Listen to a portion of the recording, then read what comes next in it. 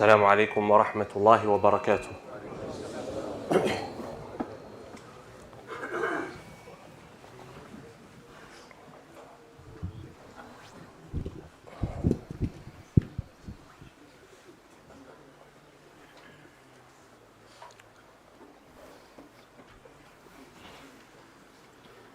الله أكبر الله أكبر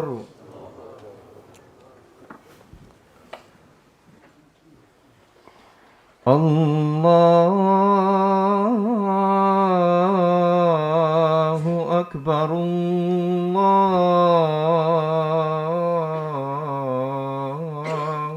الله أكبر. أشهد أن لا إله إلا الله.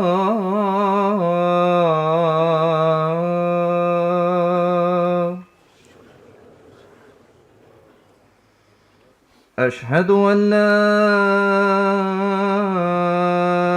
إله إلا الله.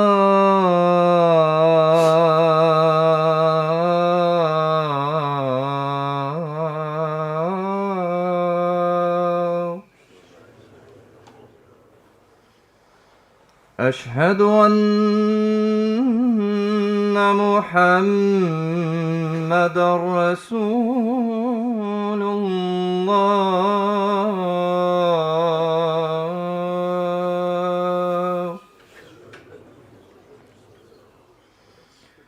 أشهد أن محمدًا رسول الله.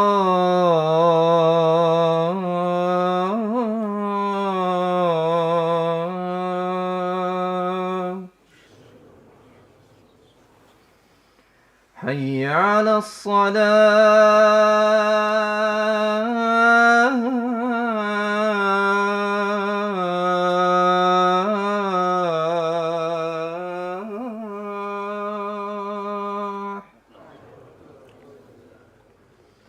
حي على الصلاة.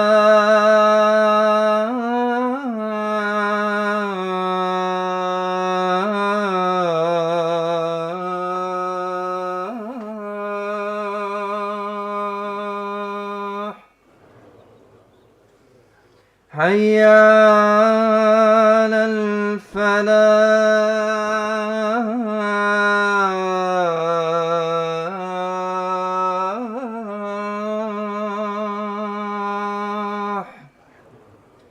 حي على الفلاح.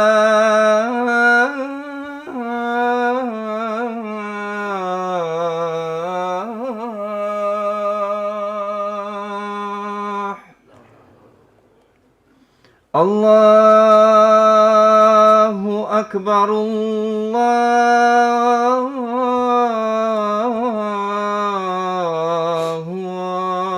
أكبر. لا إله إلا الله.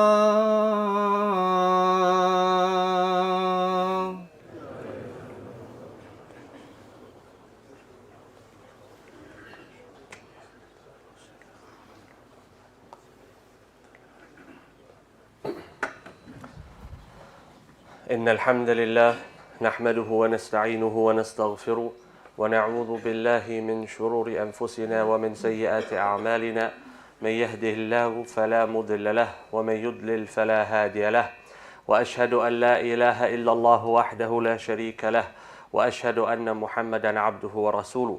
يا أيها الذين آمنوا اتقوا الله حق تقاته ولا تموتن إلا وأنتم مسلمون. أوصيكم ونفسي بتقوى الله فإن الله تعالى مع المتقين. وبعد. Allah subhanahu wa ta'ala has given us many examples in the Quran for us to reflect over. And the Prophet alayhi salatu wasalam, he adds to that which has been mentioned in the Quran with many examples, historical examples of past nations. Allah subhanahu wa ta'ala, he tells us about Qawm Fir'aun, Qawm Ad, Qawm Nuh, قوم لوط, قوم صالح عليهم السلام جميعا. Allah subhanahu wa ta'ala, He pays particular attention in the Quran to one particular nation. And this nation has been mentioned in multiple surah of the Quran. And Allah subhanahu wa ta'ala does not pay attention to this nation simply to tell us about the characteristics of this nation and what happened with this nation, etc. But Allah subhanahu wa ta'ala, He clarifies their characteristics so that we can avoid them where those characteristics led them to destruction, and we can adopt them where those characteristics led to success. The nation that I am referring to is Banu Israel. Allah subhanahu wa ta'ala, He tells us about Banu Israel prior to the liberation they were granted by Musa alayhi salam from the clutches and the tyranny of Fir'aun, all the way up until the coming of the last and final messenger, Muhammad ibn Abdullah salawatullahi wa salamuhu alayh. And they are general characteristics mentioned about Banu Israel, the children of Israel, that preceded the Prophet alayhi salatu wasalam. And some of these characteristics are very important for us to reflect upon as a nation, lest we follow the trajectory that was followed by them, which ended with what? The denial of the Prophet ﷺ. Allah subhanahu wa ta'ala, He tells us firstly and foremostly that the children of Israel, they were freed by Musa alayhi salam. And by the way, the children of Israel does not mean the inhabitants of the land that has been later called and referred to as Israel. No.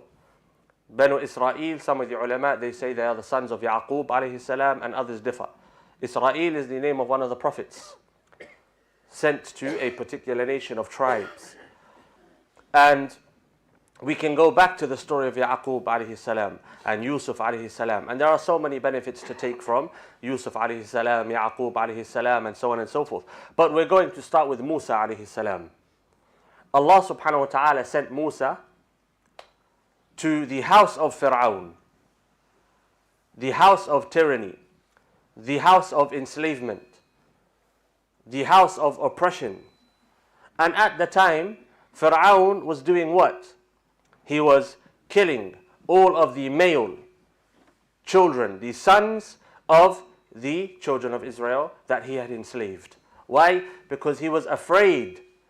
He had heard of the prophecies of a prophet coming and taking away from him, from beneath him, his chair, his throne, and his kingdom. And in that small portion of the story, you can look to the kings of today and understand why they have a problem with the framework God gifted that was followed by the prophets and their followers after them, which is today referred to as Islam. The kings and the presidents and the prime ministers of the world, they have a problem with Islam. Why? Because Islam will grant true liberation to the people that follow it. Because in order to be truly liberated, you first have to have a liberated heart. And in order to truly liberate your heart, you have to detach your heart from everything in this world. And the only way you can do that is by attaching it to Allah subhanahu wa ta'ala. The Muslim does not bow down to anyone. The Muslim does not pray to anyone. The Muslim does not depend upon anyone. The Muslim does not depend even on his own self. The Muslim depends upon who? Allah subhanahu wa ta'ala. That's true liberation and true freedom. Therefore, the Muslim fears no one. Why? Because he knows those who stand in front of him, they are subject to the decree of who? The one that they worship, Allah subhanahu wa ta'ala. Back to the point. So, Allah subhanahu wa ta'ala sent Musa to Fir'aun. And Musa was sent on the river Nile, arrived in a basket. And the wife of Fir'aun said, let us take this child, perhaps he's going to benefit us. And he was going to benefit them in a way that they didn't see happening. And Musa alayhi salam was raised by Fir'aun, was educated by Fir'aun, was coached by Fir'aun. And so Musa acquired the tongue, the mindset, the characteristics, the culture of the tyrant that was killing and enslaving his people. And this, as Musa grew, became a conflict of identity. You could perhaps say that Musa alayhi salam, he had a crisis of identity. Why? Because he's from the house of Fir'aun and seen as being from the house of Fir'aun, yet his people are being enslaved. Where do we see this? We see this when Musa alayhi salam killed one of the guards of Fir'aun, one of the people of Fir'aun, in defense of one of the children of Israel that was enslaved and residing in the land of Egypt at the time.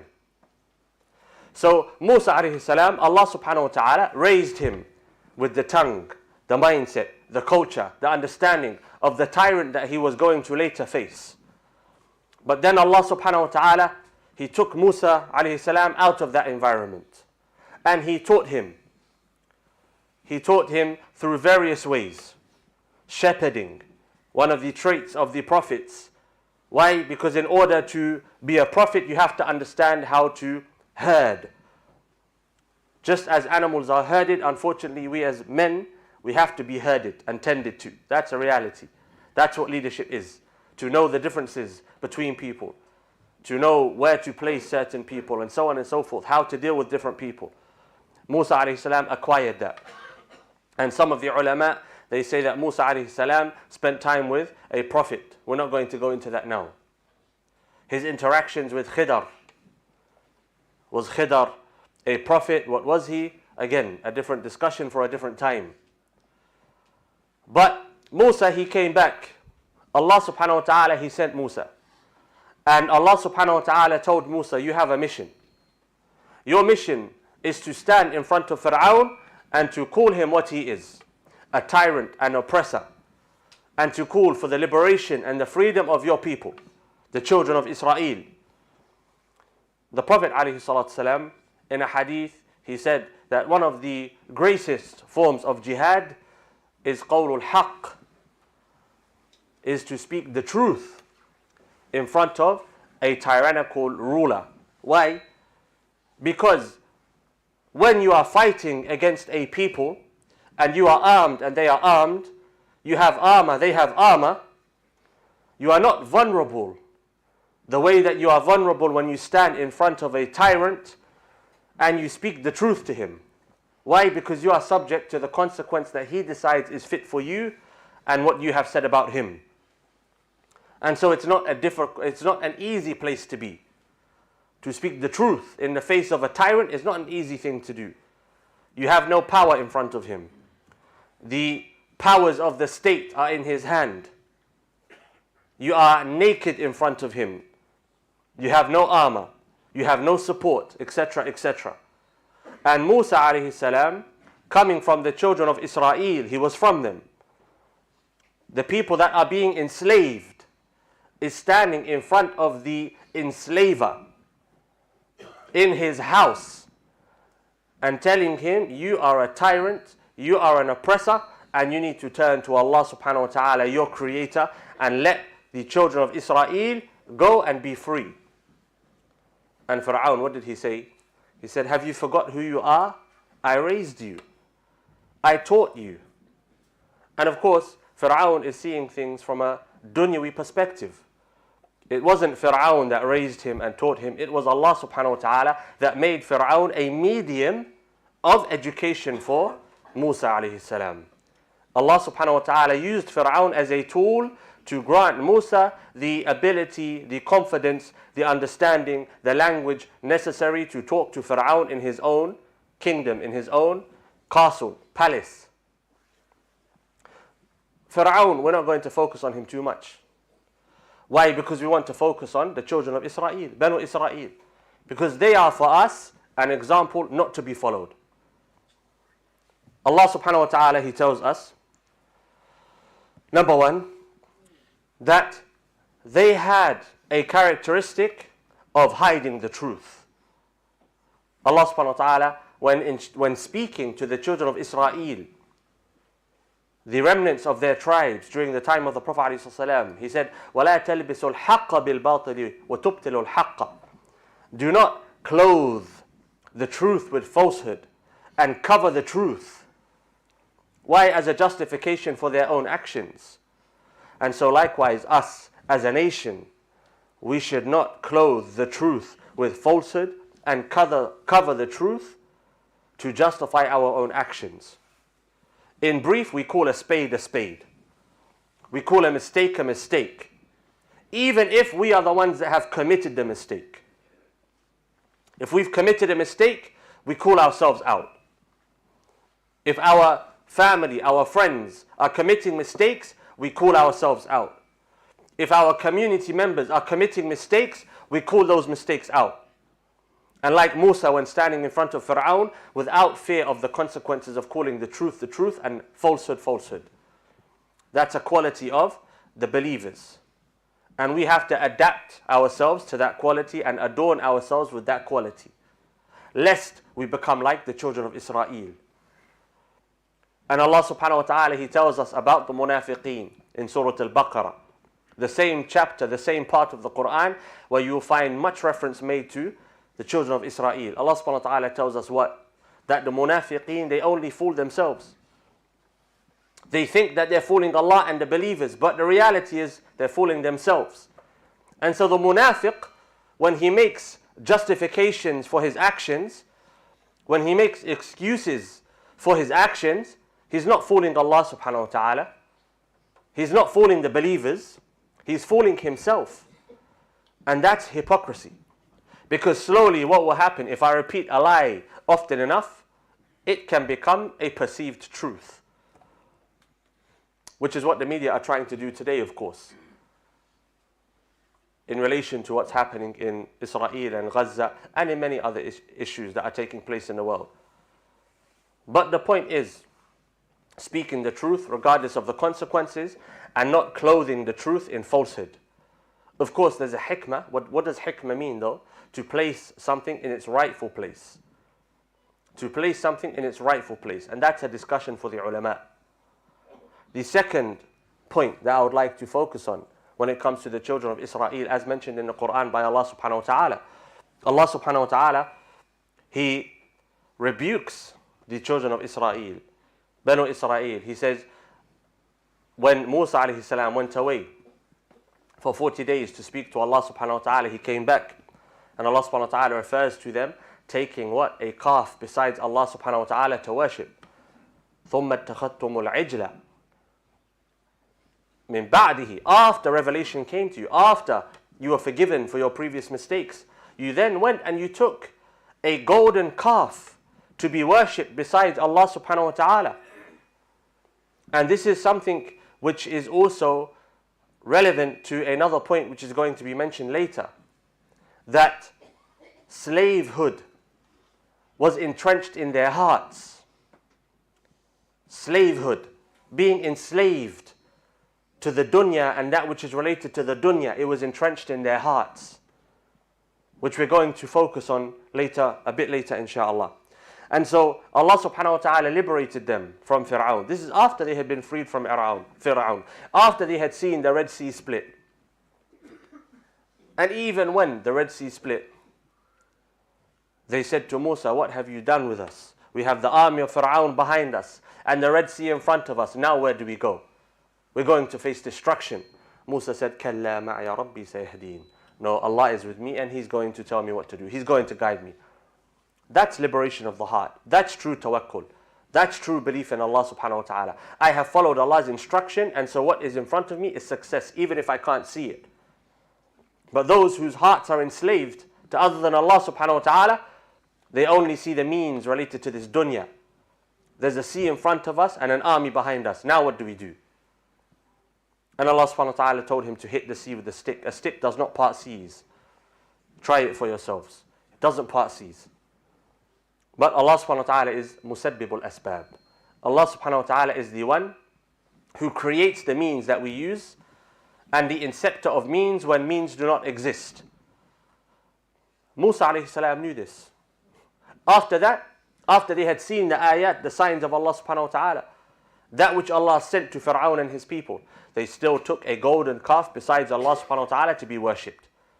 They melted their gold and they formed it and shaped it into a calf and began to worship it. Is that something that we can reflect upon in our ummah? Of course. Allah subhanahu wa ta'ala refers to those who take their desires as lords besides Allah. Allah subhanahu wa ta'ala refers to those who follow their own intelligence over that which Allah subhanahu wa ta'ala has sent down, and so on and so forth. When we believe that, for example, the Quran needs to be reformed, the ahadith need to be reformed, the framework of Islam needs to be revisited, etc. The third point to reflect upon, when Allah subhanahu wa ta'ala told Banu Israel to enter into the qarya, the town, the city, they complained to Musa after a little while. They said, لَن نَصْبِرَ عَلَى طَعَامٍ وَاحِدٍ فَادْعُ لَنَا رَبَّكَ يُخْرِجْ لَنَا مِمَّا تُنْبِتُ الْأَرْضِ. We are not able to be patient upon one type of food. What food were they complaining about? A food which was sent to them by Allah subhanahu wa ta'ala specifically for them, al-man wa salwa. A blessing from Allah subhanahu wa ta'ala, and they complained. We want onions and garlic and so on and so forth. Is that something we can reflect upon? Definitely. How many of us are ungrateful for the staple foods and sustenance that we have, and we look to what we don't have and we complain, and we feel sorry for ourselves. And many times it leads, especially young brothers, into haram. I need to make money. What's the quickest way to make money? Haram money. A lack of gratitude and a dependency for the niceties and the pleasures of this life. Not being able to sacrifice something to please Allah subhanahu wa ta'ala. And the fourth point to reflect upon, Allah subhanahu wa ta'ala mentioned when He instructed them to enter into the promised land. And what was the promised land? What we refer to today is Palestine. What did they say? They said, اذهب أنت وربك فقاتلا إنا هاهنا قاعدون إن فيها قوما جبارين. In that land there is a tyrannical people, a great people, a powerful people. We're not going to enter it. We're not going to fight. You and your Lord go and fight. We'll stay here. Allah subhanahu wa ta'ala highlights in that particular story the characteristics of cowardice and a lack of being able to follow the instruction of Allah subhanahu wa ta'ala due to cowardice. Let's look at the Sahaba. What did they say? The Ansar to the Prophet ﷺ. If you march to the depths of the oceans, we're going to follow you, Ya Rasulullah. The Sahaba, they saw life in death. And to a degree, death in life. Why? Because they were not a people that had been afflicted with the characteristic of cowardice. In fact, the Persians, if you read about the narrations relating to the Sahaba, when the Sahaba fought against the Persians were terrified of them. And they were questioning, are these people actually humans? Due to the bravery and the strength, etc., shown by the Sahaba, the companions. The same was said in Andalus. Andalus, those who fought against the Tabi'een and those who entered into Andalus said the same thing. The same was said about the Romans that fought against them, etc., etc. And so we have to reflect upon ourselves. Are we a people of cowardice? Have we become a people of cowardice? Are our hearts attached to the dunya? The Prophet ﷺ said, in the end of times, al-wahan, hubb ad-dunya wa karahiyatul maut. Love of this life and a hatred for death. Is that something that's happened to us? Have we attached ourselves to this life so much that we become cowards? Especially the men. We have to reflect upon this. Because Allah subhanahu wa ta'ala is talking to the men when Allah subhanahu wa ta'ala talks about strength. And it's the men who are afflicted with cowardice. And it's the men who let their ummah down. Reality. Even though I'm a man myself. Reality. So we have to reflect. Allah subhanahu wa ta'ala doesn't tell us about Banu Israel simply as a story that we can recite and beautify and lead salah with. No, it's a story for us to reflect upon. And what was the consequence of this? Allah subhanahu wa ta'ala, He said to them, فَإِنَّهَا مُحَرَّمَةٌ عَلَيْهِمْ 40 سَنَةً يَتِيهُونَ فِي الْأَرْضِ. The promised land. Allah subhanahu wa ta'ala forbade it for them. 40 years. يَتِيهُونَ فِي الْأَرْضِ. They would wander the earth for 40 years. Not allowed to enter the promised land. Why? So that the generation whose hearts were enslaved and attached to this dunya and were besieged by cowardice would pass away, and the new generation raised by the principles of prophethood, Musa alayhi salam and those who followed him, would take the reins and enter into the land. And so, if we don't do what we have to do as an ummah, we will be replaced by those who will do what they have to do as an ummah. And Allah subhanahu wa ta'ala tells us this in the Quran Himself. And in fact, Banu Israel, the children of Israel, they were in fact replaced by who? By the followers of the Prophet ﷺ. Ahlul Islam, the Muslimun. They were replaced by those who follow Muhammad ibn Abdullah salawatullahi wa salamuhu alayh. They were a people chosen by Allah subhanahu wa ta'ala to be the inheritors of prophethood. In fact, they had a great number of prophets that came from them. But they constantly rebelled against their prophets. They constantly digressed from their purpose. They constantly refused to follow the instruction of Allah subhanahu wa ta'ala. And Allah would always forgive them, always send them prophets, until the coming of Isa alayhi salam. And Banu Israel refused to follow Isa alayhi salam. They refused. The prophet that came after Isa alayhi salam was who? The Prophet Muhammad alayhi salam. Rahmatan lil alameen. And so the Banu Israel, the children of Israel, were no longer the people selected by Allah subhanahu wa ta'ala, but the message became universal. And the message became relevant to those who wanted to follow the Prophet ﷺ, not specific to Banu Israel. And the promised land became a land promised to who? To the followers of Muhammad ibn Abdullah salawatullahi wa salamuhu alayh. As Jerusalem and Palestine has no relation to ethnicity or nationhood, nationality, it has a relationship with what? Iman. That's the relationship, Iman. That's why the liberator of Al-Quds that we always refer to, Salah ad-Din al-Ayyubi, was what? A Kurdish man, Kurdi. He wasn't from Palestine. He wasn't from the Arabs. He was from what? The Akrad. He was Kurdish. And the land promised to the believers is still promised to the believers. But the believers are no longer a specific nation, i.e. the land is no longer attached to a specific nation. It's attached to the people of Islam and the people of Iman. May Allah subhanahu wa ta'ala make us from them. And so in the story of Banu Israel, there are many reflections for us to think about. And there are many consequences Allah subhanahu wa ta'ala mentioned relevant to that people for us to take heed of. And that's the purpose the Quran was sent, to be reflected upon, to be recited for the sake of action and implementation, not for the sake of beautification alone. أقول قولي هذا وأستغفر الله لي ولكم ولسائر المسلمين فاستغفروه إنه هو الغفور الرحيم.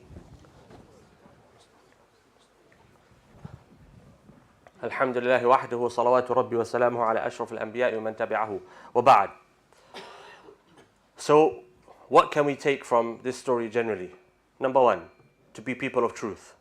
Number two, to rid our hearts from its attachment or from their attachment to the dunya and the pleasantries and the niceties and the luxuries of this life, and to attach our hearts to Allah subhanahu wa ta'ala and His Messenger and the Akhirah. Number three, to investigate our hearts for any cowardice that might be therein.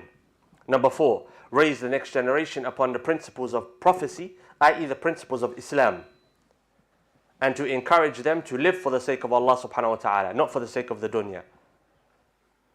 And number 5, to consider whether or not we are living for the right purpose. There is a purpose that we should be living for. Are we living for that purpose or not? Or are we simply living to live, living to eat, living to drink, living to sleep, living to procreate? That's not living, that's death in life. Allah subhanahu wa ta'ala, He says about those who have no belief, أَمْوَاتٌ غَيْرُ أَحْيَاء. They are dead, not alive. I.e. they are dead in life. Why? Because they have no purpose. They have no purpose. There is no life for the one that has no purpose. It's death. And that's why men suffer when they don't know what their purpose is. They start to question, why am I doing this every day? What am I doing with my life? Why do I go to a 9 to 5? There has to be a purpose behind our living. If there was no purpose, we do not live. May Allah subhanahu wa ta'ala guide us and grant us the ability to live for the purpose that we have been created for. اللهم صل على محمد وعلى آل محمد كما صليت على إبراهيم وعلى آل إبراهيم إنك حميد مجيد وارض اللهم عن أبي بكر وعن عمر وعن عثمان وعن علي وعن سائر الصحابة أجمعين. اللهم يا رب العالمين انصر إخواننا في فلسطين. اللهم انصرهم نصرا مؤزرا. اللهم سدد رميهم. اللهم وحد صفوفهم. اللهم ألف بين قلوبهم يا رب العالمين. عليك بالظالمين الغاصبين المعتدين. اللهم خذهم أخذ عزيز مقتدر وانتقم منهم فإنك أنت المنتقم. وأقم الصلاة.